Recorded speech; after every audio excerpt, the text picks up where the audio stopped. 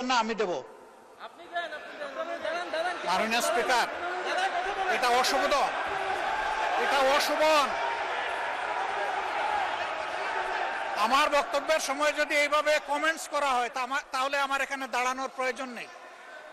বলেন মাননীয় বিরোধী দল নেতা, বলুন আপনার বক্তব্য বলুন। আপনি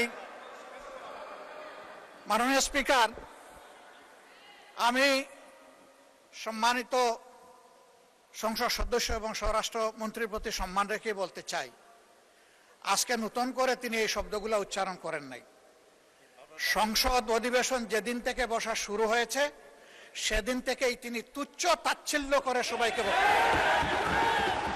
উনি নিজেকে কি মনে করেন আমি বুঝতে পারি না। এমনকি তিনি সেই দুঃসাহস এখানে দাঁড়িয়ে তিনি দেখিয়েছেন, তিনি বলেছেন যে এই সংসদে তিনি শিক্ষকের ভূমিকা পালন করবেন। আমরা তার ছাত্র হওয়ার জন্য এখানে আসি নাই মাননীয়।